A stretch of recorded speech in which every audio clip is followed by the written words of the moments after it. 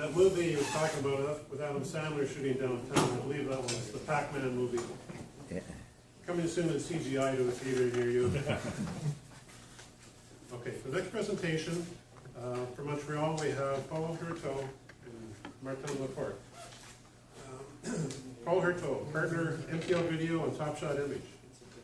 Paul has been a partner in the Montreal-based rental company MTL Video since 2002. Prior to that, he was an active director of photography since '84 and one of the first to use HD on fiction and commercial productions. He has over 5 years' experience in cinema production in the aerial drone market with 100 flights for Quebec tourism. He's currently developing a new platform for production drones with higher payload, longer fly time, metadata gathering, and several new safety features, to name a few of the improvements. And he'll also be sharing the stage with Martin Laporte from Kopter Incorporated. Martin is leading the first drone school in Quebec that's licensing pilots with permits. He also provides drones and services for the television and industrial businesses in Eastern Canada. Together, Topshot Image and Kopter service aerial RC jobs in Quebec and Ontario from offices at the Montreal Palau Airport. Did I pronounce it right? Belay? Belay. Right. One day. Quebec City and Ottawa. Paul? Martin, Yeah, I'll finish. So hi everybody. So like this gentleman said, I'm the co-founder of Kopter Image. Kopter Image is a company that is actually building and trying to work with those stuff since about 4 years. We are also the co-founder of a training facility, of a training program where we actually train professional UAV pilots to actually get all the credibility to get those SFOC, the Special Flight Authorization from Transport Canada. The training itself is actually 1 full week that is actually an aviation ground school. So everybody that gets out of that training is actually a ground pilot. So you got all the information on meteo, all the information of how does it work with aircraft, with airports and everything, the TAF, the METAR, the NOTAM, and everything you need to know to be able to drive a UAV from the ground. And after that, you got another week where we try to show you how to manage to work with that. The training itself is actually a driver's license.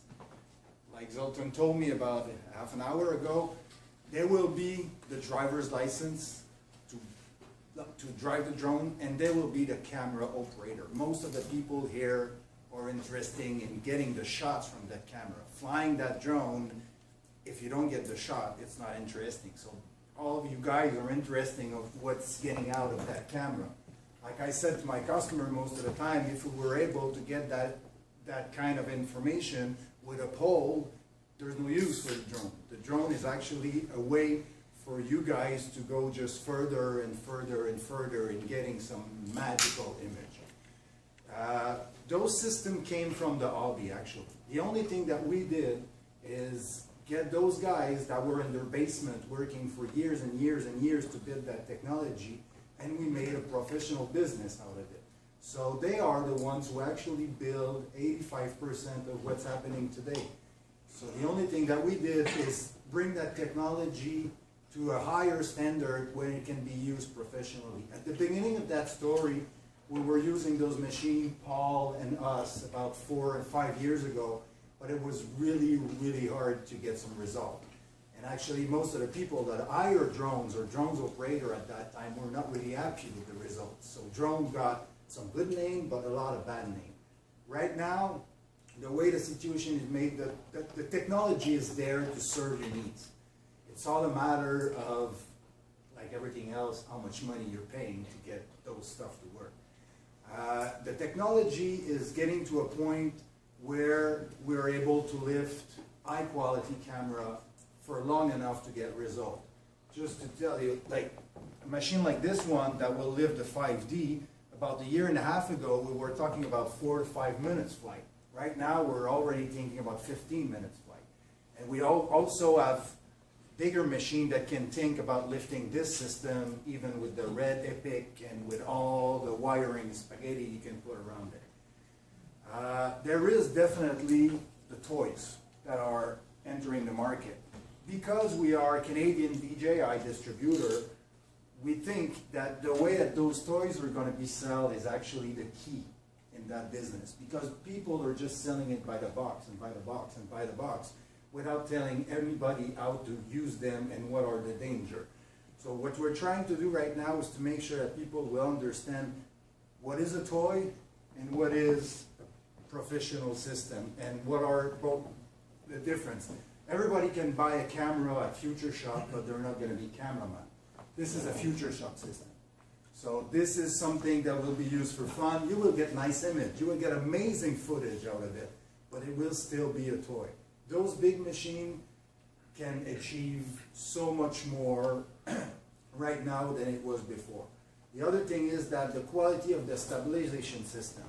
About a year and a half ago, the only thing that we were able to do is to be drive by servo.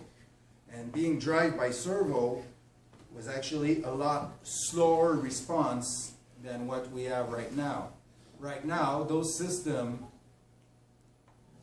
are really responsive. So as you can see,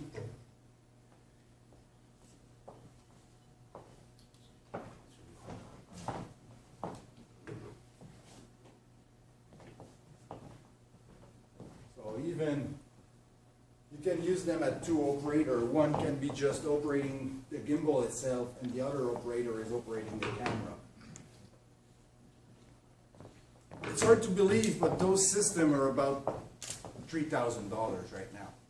So about a year ago, to get that quality, and not even that quality, you had to think about 15 grand to try to be close from that. Now they are getting easier and easier to operate, and you will see some of those stabilization systems in most of the production within a year or so, because they are easy to operate, they are cheap, and they give you so much other ways of filming that we're not even able to be taught about a year and a half ago. The most important thing in all those is the training. The training part is definitely, if we want the cinematography industry to shine here in Canada with those systems, we need people to succeed. And everybody that fails, the entire industry fails. So succeed is actually the only solution for that industry to go ahead. If one production fell, we got about 3 to 6 months just to try to get those people back in believing into that system.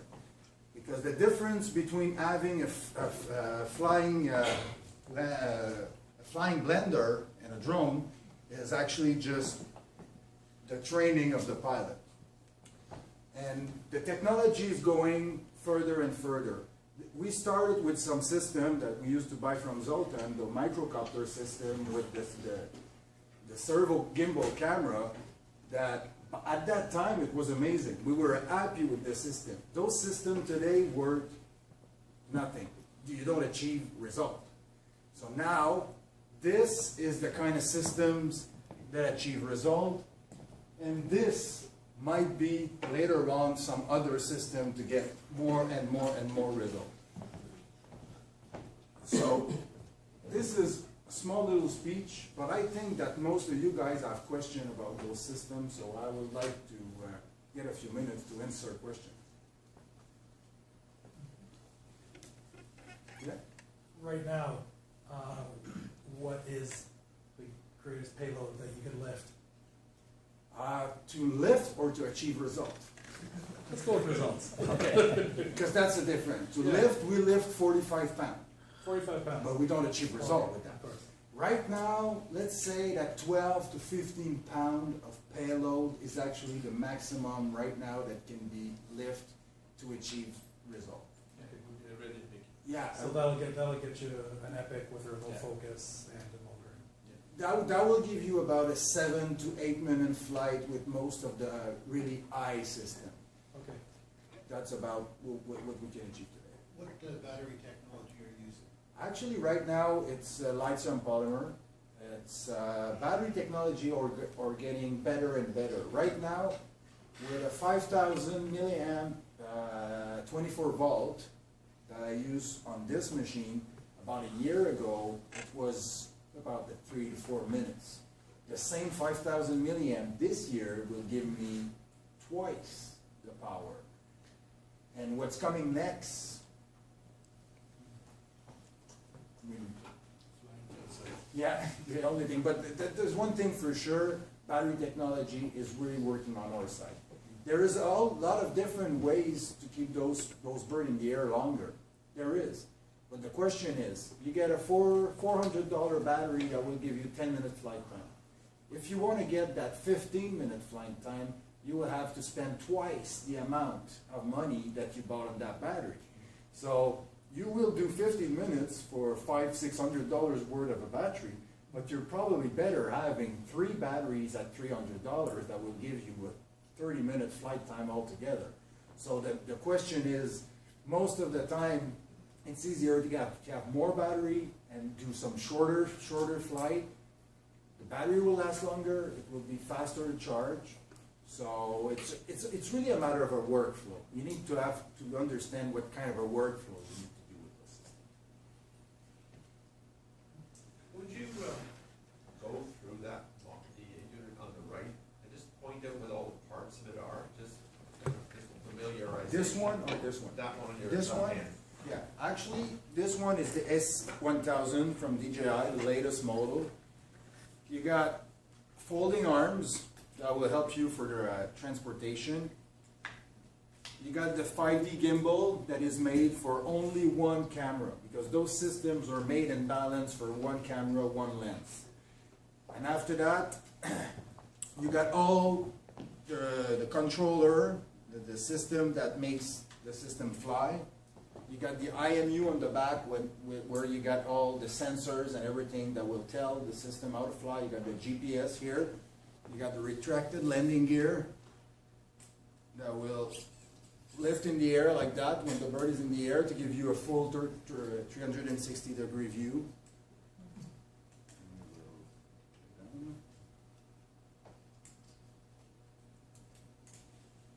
Go kid. You gotta remind it of one wheel. This is why humans should have 3 hands.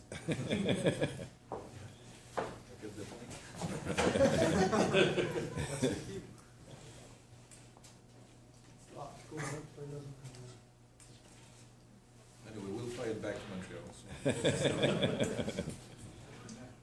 In 5 minutes. There you go. See? And usually we're flying this with 2 operators. You got one operator that's actually flying the drone, that is the one with the driver's license, and you got the camera operator. If you want to get perfection, it's tango dancing. Those two operators has to blend together to make one. If you got that team, you'll get magic. And that is probably one of the most important things. The difference in drone filming is that you need 2 people to really make one all together to get all those magical shots. Right now, the bigger concern right now is regulation. Most of the people are just trying to find a way, is it legal to operate those systems? How can you operate them? For Transport Canada, the thing is that right now it's a matter of trust. What Transport Canada want is they only want to trust the pilot that they give license. So how can they trust you? There's 2 different ways. The first way, be an airplane pilot. They will trust you. If you got a real airplane license, you'll be able to apply for an SFOC and have no problem. Or get the proper training. The reason why we build that training is that because most of the people that are flying UAVs, they don't really want to be airplane pilots. So that's why we made a training that is specially made for UAV pilot with all the information of aviation put it into it. And from there, Transport Canada is getting more confident within all those people that are flying around. What you guys have to understand is that what we are building right now is actually the whole thing just to make sure that everybody will get to the result that they want. It definitely is a whole industry that needs to be all down together, and everybody needs to work together and not against each other. So we built a training facility. We are actually manufacturer of those systems. We do custom system. We are actually selling those to the small market. And we are trying to build the whole system, so even here in Toronto, or even everywhere in Canada, you guys will be able to work with Dasmo, with Kopter, to get all the information that you're looking for. If you need help into getting some permits, if you need help of what kind of Kopter you guys are looking for, what kind of camera, what type of operation, we really try to give you guys all of that information just to make sure that you will be able to fly professionally and actually succeed. Because what I said at the beginning, if one of you guys failed, we actually all failed. That's the main concern right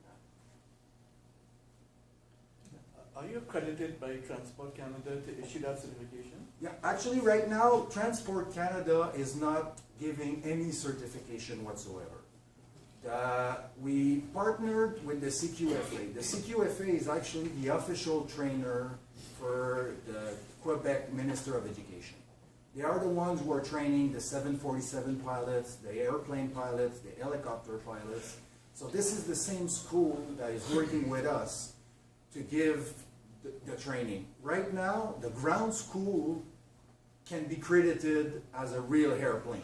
So if you go and do that training, and if you want to go fly a real airplane, you will have 90% of your ground school that will be credited, because it's a accredited school from the Minister of Education. It's all a matter of political right now. Right now, what we issue is a certificate that is probably as good as a chiropractor or anything else, you know. But when we are working with Transport Canada, building that training every month, we're changing with the regulation, we're working together to the point where there will be a regulation and we will be up to date. And people that had passed, because we have 60 pilots already trained with us since last year, and all of those guys, they probably will have to do a short, like recap or something when the regulation is going to fall down, and they will probably be able to get after that only a test to get all the right information. But right now, Transport Canada doesn't issue any legislation or any driver's license. What's your best guess of the number of people Transport Canada have that are looking after drones? People that are working for Transport Canada, looking at drones? Do they have anybody working exclusively on drones? Yeah, there is. Yeah, there is. And how many would you guess there are? It's hard for me to tell, because actually Transport Canada is Transport Canada, but it's different in each province. I can tell you exactly all the names of the people that are working in Quebec, because I know all of them personally. Do they fit in one hand? They fit in 1.5 hands. What are questions? Yeah. How do you prevent a tourist to get one of these? Oh, I can't. I can't. There's no, you can buy this from, Actually, those From the systems, you can get them from the web, or you can get them from any store. Henry's, Vistec. Yeah, it's Hurteau. Even the DDR. they will find. There's no payload. No, with no, You see, we are the eastern distributor of that system, and right now, when we sell that system, we give a free training of an hour with everybody that buys the system. We got banners that we put on the box with regulation and everything. We really try to do what the others don't, but we sell less than all of our competitors because of that. But my main business is the pro line. So this is, for me, is something in my toe. Yeah, it's part of it. Yeah. For your concept here, what fuel source are you looking at? What? The fuel source for this new concept, the one that's on the screen. Yeah, this is actually a concept developed by Paul and some other researcher. This is a total different system. We're talking about actually gas engines that will provide some energy to some variable pitch blades. So it's a totally, this is designed for cinema, and it's totally new. Actually, I think 24 hours ago, he was not allowed to talk Yeah. about it. The patent was in the. So now a patent is pending, so we can talk about the system. It's gonna be propane driven, so it's gonna be able to work inside and outside, and it's gonna be something that will be able to be built custom for whatever the payload will be, just bigger and bigger. If you need 4 feet, 20 feet, whatever you need, it will be possible to handle it. So it's a total different. There is a whole bunch of different type of prototype on the way right now, and I think in 1 year will be. I think right now this is probably a Ford Model T. It is black. Yeah.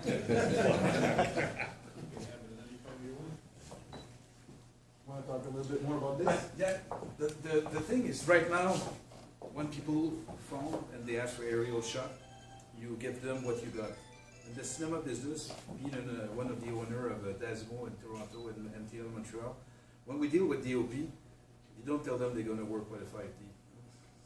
They want at least to work with, the less they will work with is a red. Or last year, we got away with this camera, which is a 1DC. It's a 4K camera.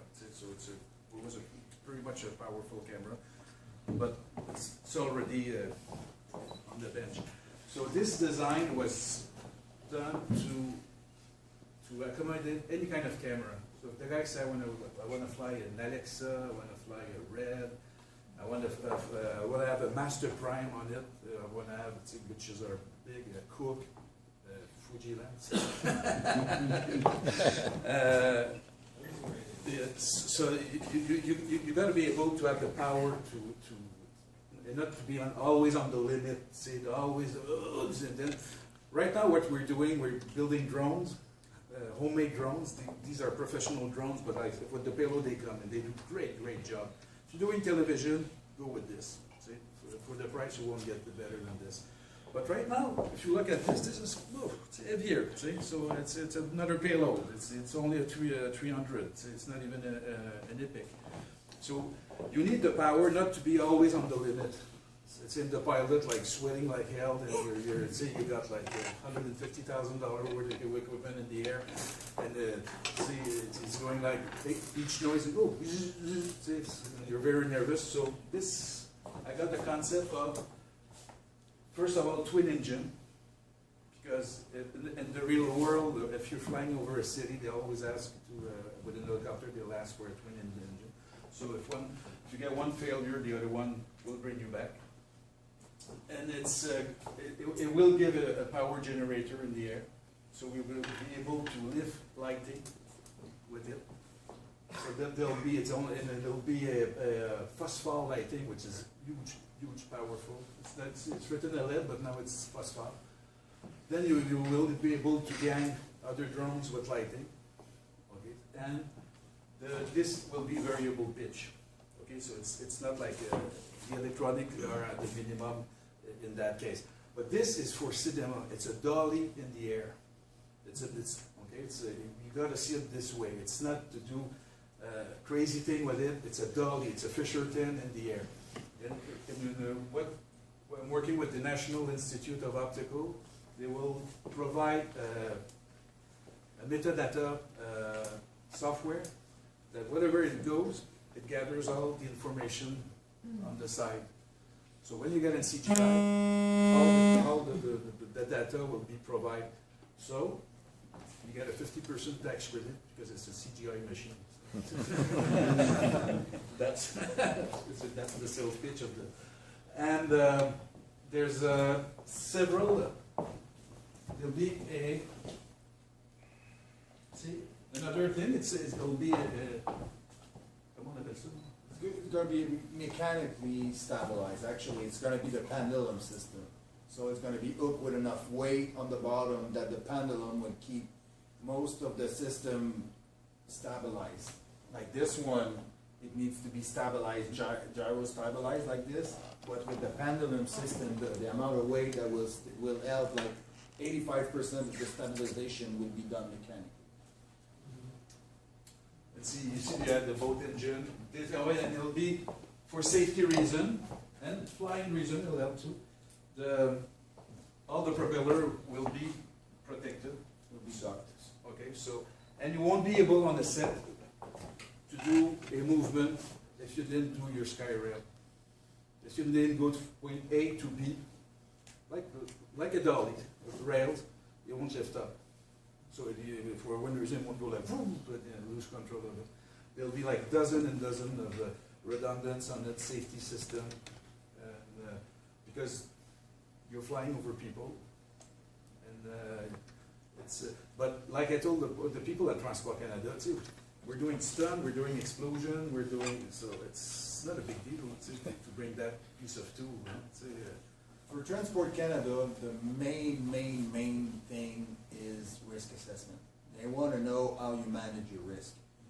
And right now, they will say you're not allowed to film downtown Toronto, but the truth is that nobody ever be able to show Transport Canada that they were about to do it correctly.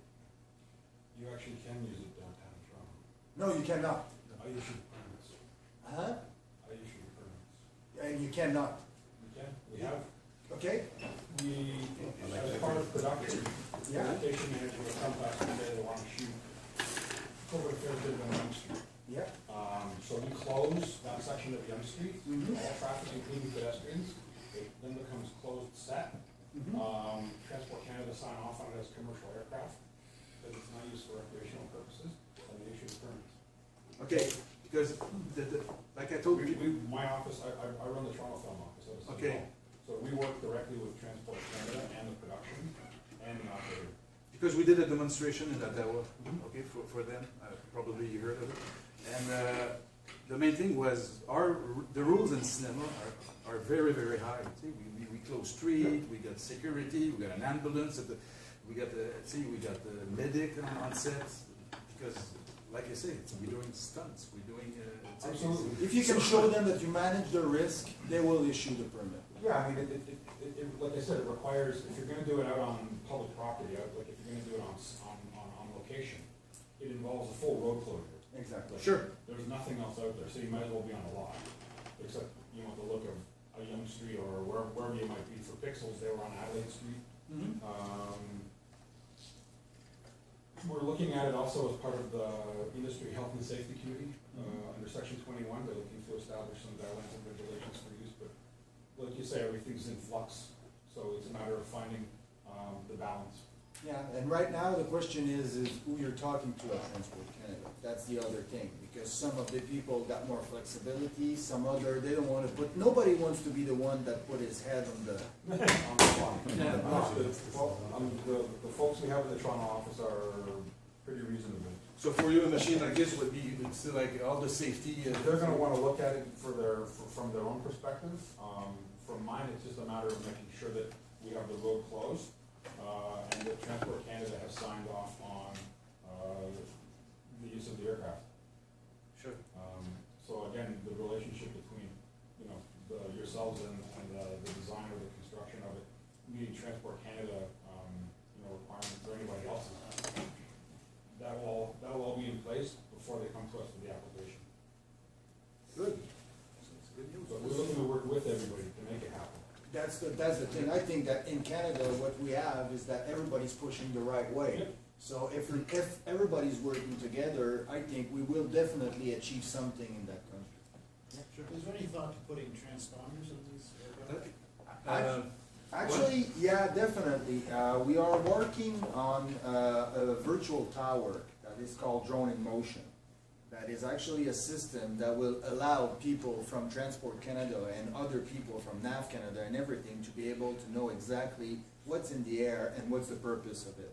So right now we're working on something like that, but the transponder, the same way that is built on regular airplane, it won't happen for, even with the smaller plane. Now, my office is on an airport, and most of the small airplane that we have doesn't have any transponder anyway.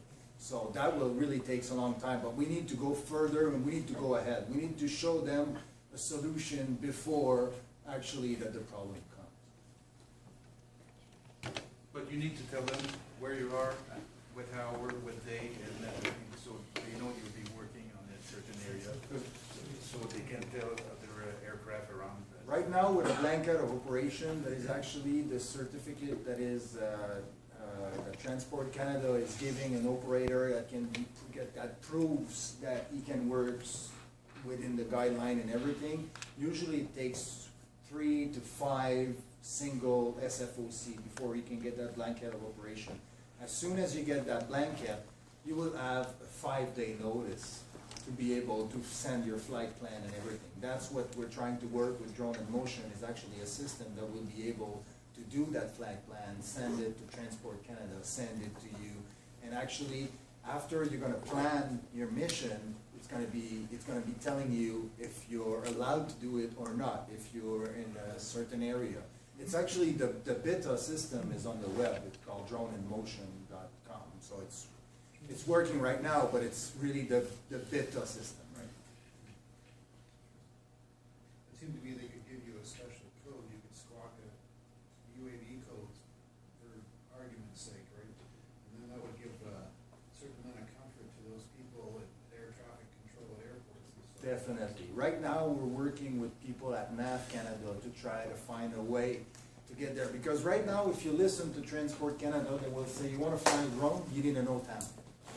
But I'm talking with all pilots, and they said, if you guys issue a NOTAM for every flight you do, there's going to be more drone NOTAM within the next year.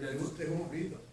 Exactly. So right now, we have to find a way with NAV Canada to find a solution for that to happen. Because right now, what they're asking us to do doesn't make sense. Just put a cell phone on it. Yeah. So, there seems to be a little disconnect here. If you're a commercial pilot, I mean, forget about drones. Yeah. You have an airplane. Yeah. You have it at Gordondale. Mhm. Your boss says, let's go to Montreal. Mhm. You drive up there, you hop in the airplane. Somewhere you file a flight plan to fly Buttonville to Montreal. And you don't do it 5 days in advance. Exactly. So what's the big difference in flying a flight plan for a real airplane, which flies at real airplane altitudes, with real airplane speeds and real airplane flight levels and all that stuff, and a drone? Why does it take 5 Well, days the to question- approve your flight plan? SFOC. SFOC is built for its special flight operation. It's built for air shows. It's made for the balloon that are fly, the big balloon shows that they're doing. That's what the SFOC was made for, special flight operation. They put the UAV into that department. That department's got a pack, it's got a way to work. It's 21 days in advance and everything, if you want to plan an air show.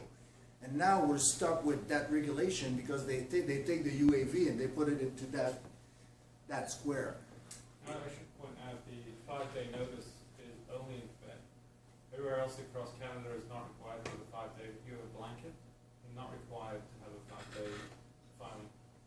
Everywhere else in Canada? Everywhere else. Yeah. So it's only Quebec, for whatever reason. So we got a 5-day notice and you guys don't put it. So we don't have to file, there's a few companies now that don't, but the 5-day notice is their own thing. And that's the only place in Canada. So that means that you will be able to fly on a drone commercially anywhere if you got a blanket without nobody knowing it? You have to file if you're filing a NOTAM. If you're flying anywhere else and you need to file a NOTAM, if you're in controlled airspace, yeah, you're filing a NOTAM. If you're not in controlled airspace, now you can fly wherever you want. Okay. So. But right now there is some, us with the training school, I've got a blanket that I can do my training everywhere. And I can do my demonstration, I don't need to go, but if I want to use it commercially, be hired, I need a 5-day notice. And to tell you the truth, the 5-day is more 48 hours for real. Right. No, I mean, and that's, we discussed with Isabel, exactly that conversation, and we're down to less than 24 hours. Well, but now we're having a problem because Isabel is alone since 3 days. She told me. So now so it's like, yeah, I don't know what you guys are doing out there, but it's easier, I can tell you, it's easier everywhere else. We know. Vive la différence.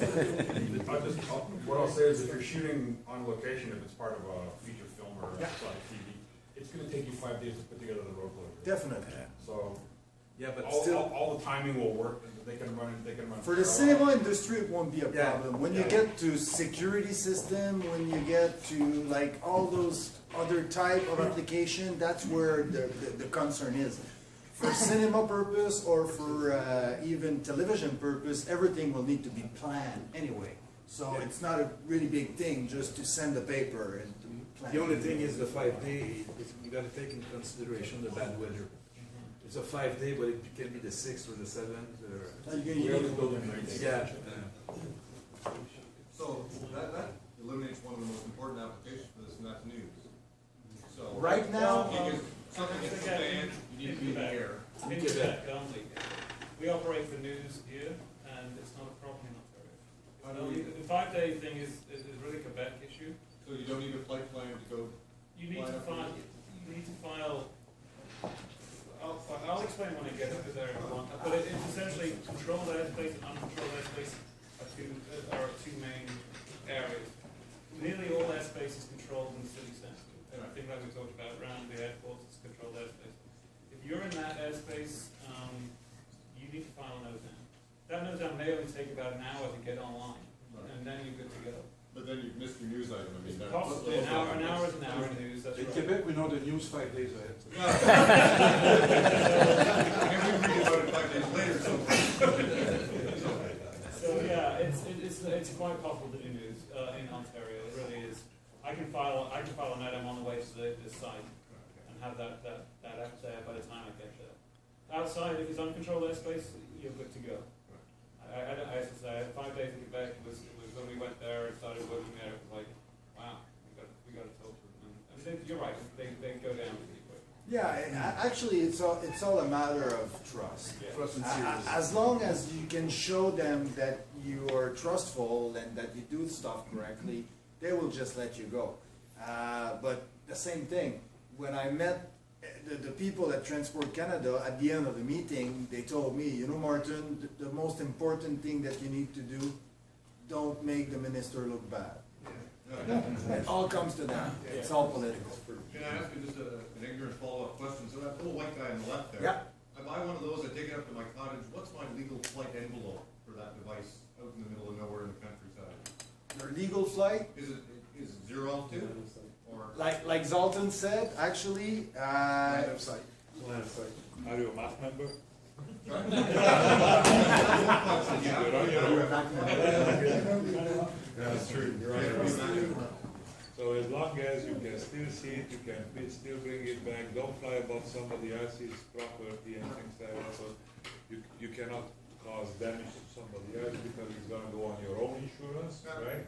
If you would be a MAC member, then you are flying on your own property, so you have the property owner's permission, theoretically you have MAC insurance for that, right?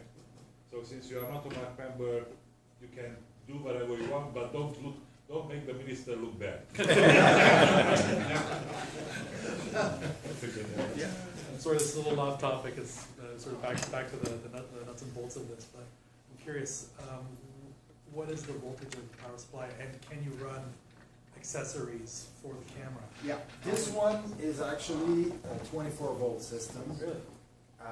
That is working on around 20,000 milliamps, so we're talking about 20 amps an hour, so it's pretty intensive. But we got some regulator that we can put on the system to bring it back down to 12 or whatever you need it. Are they standard like LEMO connectors or? Yeah, it's custom made, so it's just a matter. Like this one, we got regular P-tap on it that are made on both sides that are actually 14 volts. So DJI do that, or do you? Yeah, do that? DJI, straight out of the box. Really? Yeah, it's amazing. That's what the price. Yeah, expensive. So for this unit that you're showing on the screen, does it also have dual control, so one for the pilot, one for the video operator? Yeah, absolutely. That's So is there a second camera so that? yes, it's going to be like a thermal for the metadata. There'll be a turbo camera not a thermal. Well, it'd be for the pilot. But no, you'll get a quality. No, but the other one will be a. Viewfinder? No, it's like a thermal camera in order to get the metadata. And Infrared? The spectral camera. Yeah. Infrared camera or? Spectral. Infrared, that's right, thank you. So we'll be flying side by side a little infrared camera, so when you get the metadata to interpret the So the pilot doesn't really get his own image that he can look at. you can, Okay. but usually it's like a, like I told you, a dolly pusher can look at the monitor, but usually he looks at its mark, he looks at its. There's two ways, like this system, there's two ways to fly. Some people are flying, the pilot is flying out of the gyro stabilized camera. That will probably do a better job because you're working together with the pilot. And the other way to do it is to have a small camera that will be a fixed camera up front that will give you the full straight line of sight only for pilots. What's the estimated payload on This one? the gas one? This one, actually, it's going to be all a matter of the power of the motor. So those are 4-stroke engine motors, 2 of them. So it can be built for a 20-pound payload all the way to a 60-pound payload. It's just a matter of what's going to be flown. As soon as we get to gas engine, as soon as we get to pitch control system instead of trying to work with speed control, there's no limit. So, Yes, is the military looking at that? I like that. The other thing that's very important is the flying time. Because I did several features last year. And see, when you're starting to do a shot, you put the drone and then the first AC start, okay, first position, get the stun guy there, blah, blah. And then if you got like you used to, with a big camera, you got a 7-8 minute running time. Then you're like this, okay, go. Go. Okay, no, back up. Then you look at your machine and go. That's it. And then sometimes it happens, okay, we gotta come down. Hey, the director is pissed off like you wouldn't believe. So that's why we need to put a machine and practically stay in the air for the whole scene. So you don't mind the machine. It's just you just do your work. The machine is in the air and it'll be ready when you're ready. How noisy will it be? This, actually, the propeller will make more noise. 4-stroke engine, it depends of the muffler that you put on them. You can bring them to really low noise. Noiseless, but it'll never be noiseless because You got a lot of air movement, and the sound will come from, because those machines, the sounds doesn't really come from the engine. The engine are not really loud, but all of those blades moving the air together makes. it's always the same sound. And usually there's tremendous downdraft underneath, near ground. Yeah. Yeah, you mess up the actor's hair.